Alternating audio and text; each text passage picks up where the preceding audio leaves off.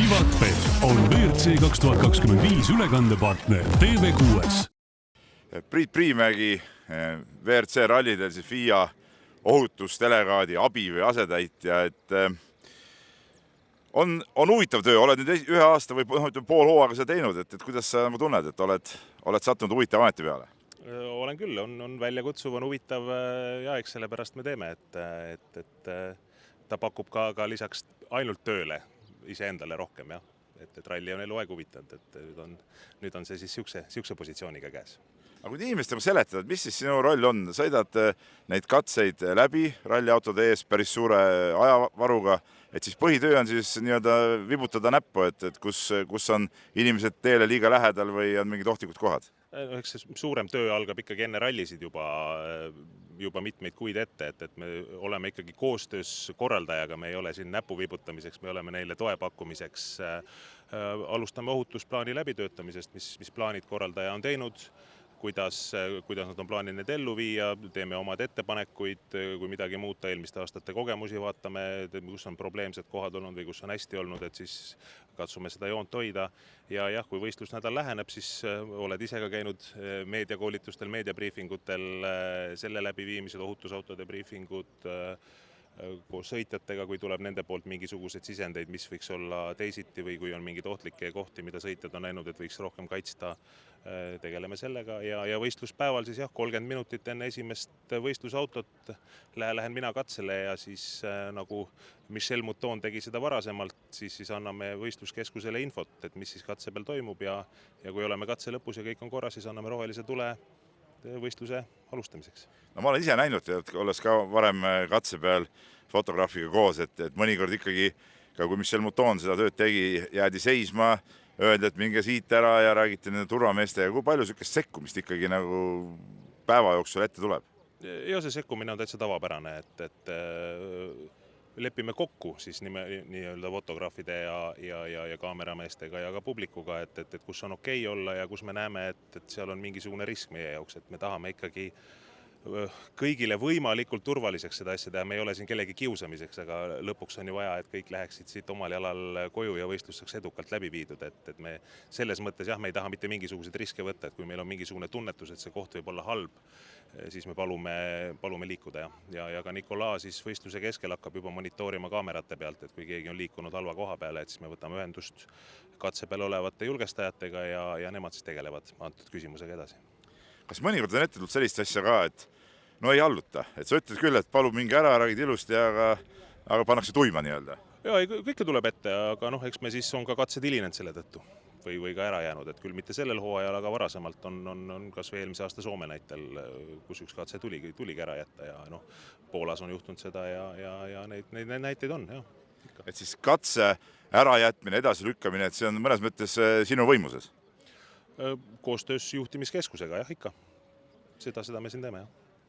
Aga oled sa või tunnetad sa seda vahet ka, ütleme inimestel, rallid toimuvad erinevates riikides, erineva temperamendiga inimesed, et ütleme siis näiteks Lõunamaal on võib-olla inimesed sellised, kuidas ma ütlen, nagu kas ükskõiksemad, emotsionaalsemad, Põhjamaal võib-olla rohkem korralikumad, et on sellist vahet tunda, nagu sa teed?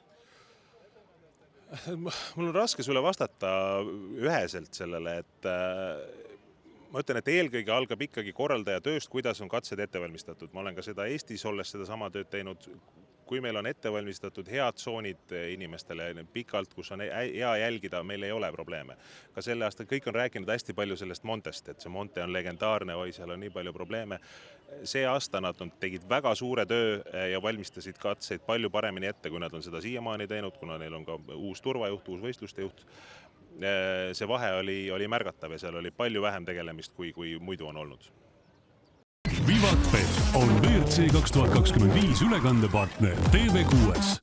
Kui paks nahk peab olema, et kas vahest saad sõimata ka, kui ütled, et nii minge siit ära ja siis mingid vennad tulevad sõimavad, ütlen paksu nahaga mees neelab alla ja saadab kuu peale, eks ole, aga või mõnikord õhtu meenub, et kui see ütles mul nii pahasti, mul on nii raske olla.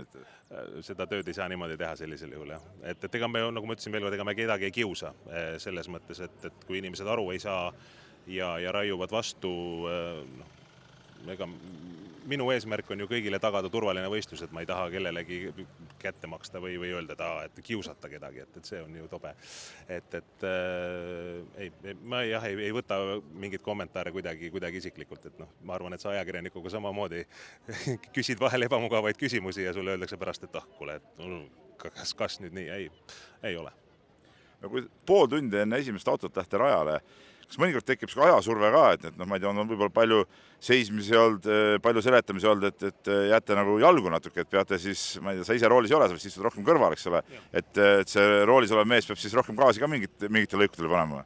See probleem tekib üldiselt pikkadel katsetel, kui me ei jõua eest ära, et võistlusautod tulevad ikkagi nii palju kiiremini tagant, et meie liigume ikkagi tänavakiirusega, et kui meil on üle 25 katsed, siis me, esimene võistlusauto võib juba olla startinud, kui me oleme veel katset lõpetamas.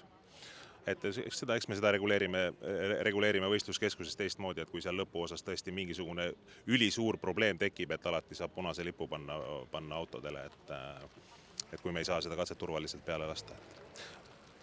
Kui palju sa ise jälgid seda, kui raske või keeruline mingi kiiruskatse sõitjate jaoks võib olla või palju seda tunnetad või sul sellist katse iseloomu vaatamiseks nagu võib-olla nagu aega ei olegi?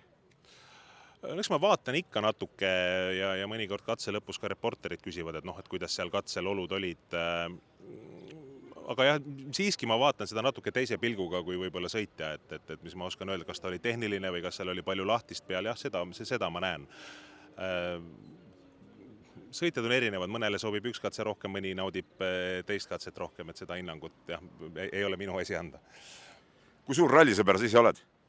Olen kunagi amatöörtasemel ise sõitnud, rahvasporti teinud ja juba koolipõlvest, kui olid esimesed WhatsApp-telefonid, siis sai ka sealt kaudu kogu aeg jälgitud, et eks ta on veres olnud alati. Küsimus tagamõte oli see, et tegelikult seda tööd tehes sa rallit ennast ju ei näe mitte kunagi. Et sa teed rallis väga tähtsat ametit pead, aga seda võidusõitu ennast sa ju nautida ei saa, eks sa ei ole kunagi raja ääres, sa ei näe kunagi seda autot kuskilt mööda kihutamas. Kas sellest natuke kahju ka on? No, seda on elu jooksul nähtud päris piisavalt. Mul ei ole sellest kahju, et paljud sõbrad küsivad ikka vahest saadavad sõnumeid ja ülesõidu ajal on aega võib-olla telefoni lapata, et mis seis on, et sa oled seal koha peal, sa näed, ma ei tea, kes juhib. Päriselt ma vaatan võib-olla mõnikord ralli lõpus, mis tulemused olid. Et jah, selles mõttes mu roll on teine. Päevad on vist päris pikad, et isegi võib öelda mõnes mõttes pikemad kui rallimeestel, kui sa pead varem välja minema. No siis Nardiidas on päris mõnus, siin ei ole väga varasi kiiruskatseid, aga ütleme, Portugaliski siin mõned nädalad tagasi oli väga vara välja minna ja õhtu hiliseni välja, et kui kurnav see päev on? Tehniliste meeste käest peaksid seda küsima, neil on veel pikemad päevad. Kui mina saan enam-vähem õhtusse, kui ma viimase katse olen lõpetanud, siis tehnilise mehed on veel kuni viimase võistlusautoni ja ka pärast seda veel, et nendel võivad seal olla ka 16-17 tundi. Mina sain Portugalis 14 tunniga hakkama. Võib öelda, et naudid seda tegevust ja plaanid selles süsteemis, ma ei tea, kas edasi pürgida või pikalt veel toimetada? Aeg näitab, ma olen siin alles pool aastat ju olnud, et ma arvan, et on vara veel põhjapanevaid järeldusi öelda sellele, et hetkel ta tundub väga mõnus. Edu sulle! Aitäh!